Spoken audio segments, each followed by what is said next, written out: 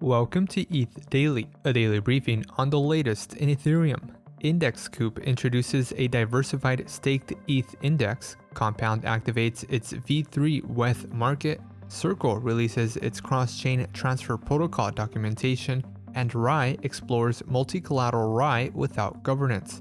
All this and more from ETH Daily starts right now.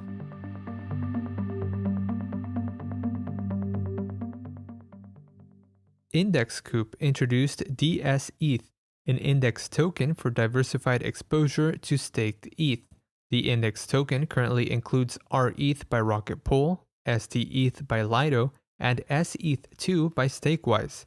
Index Coop plans to add additional liquid staking derivatives in the index that meet its inclusion criteria, which favors decentralized protocols. The inclusion criteria includes liquidity, client diversity, transparency, yield, and security requirements. Notably, Coinbase's CBETH token was not included in the index due to its hefty 25% commission fee and an undetermined safety rating by the community.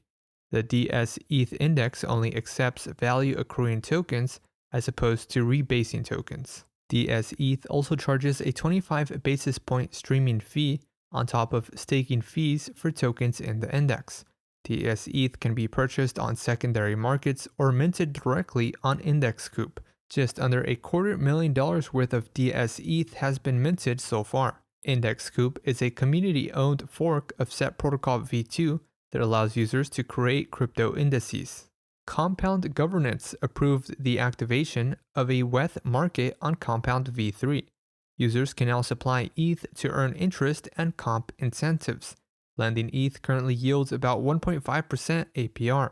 While ETH cannot be used as collateral, WSDETH and CBETH are supported as collateral types for borrowing ETH.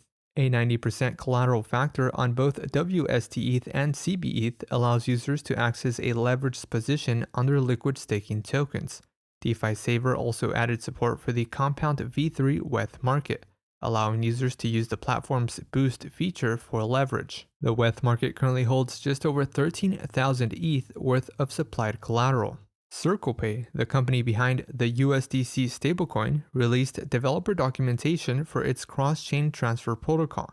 The protocol allows USDC to be natively burned on a source chain and natively minted on a destination chain. Currently, cross-chain bridges lock tokens in bridge contracts on the source chain. Since Circle is both the issuer and the bridge operator for USDC, it can mint and burn its stablecoin without having to use lock and mint mechanisms.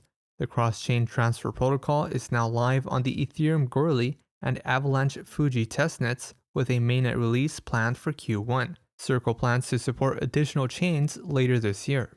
Leverage protocol GearBox shared a post discussing possible actions it can take in the event of a GUSD Depeg. The post comes as Genesis Trading, a company that owes Gemini over $600 million, filed for bankruptcy. GUSD is a stablecoin issued by Gemini. GearBox allows users to open positions on strategies that involve GUSD. The post suggests 3 possible actions in the event of a GUSD Depeg. The first suggestion is to do nothing. The second suggestion is to have a multisig that will take action based on certain metrics, such as a large drop in liquidity. Lastly, the third suggestion is to have a multisig that also takes action based on significant news events.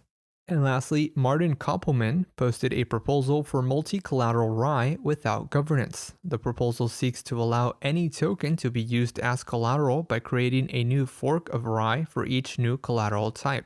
Each collateral would have its own Rye token.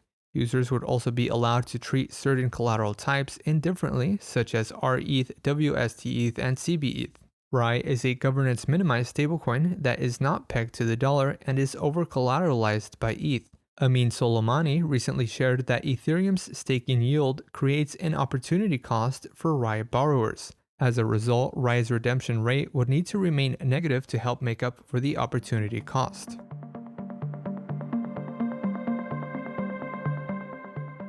This has been a roundup of today's top news stories from ETH Daily. You can support this podcast by subscribing and following us on Twitter at ETH Daily. Also subscribe to our newsletter at ethdaily.substack.com. Thanks for listening. We'll see you tomorrow.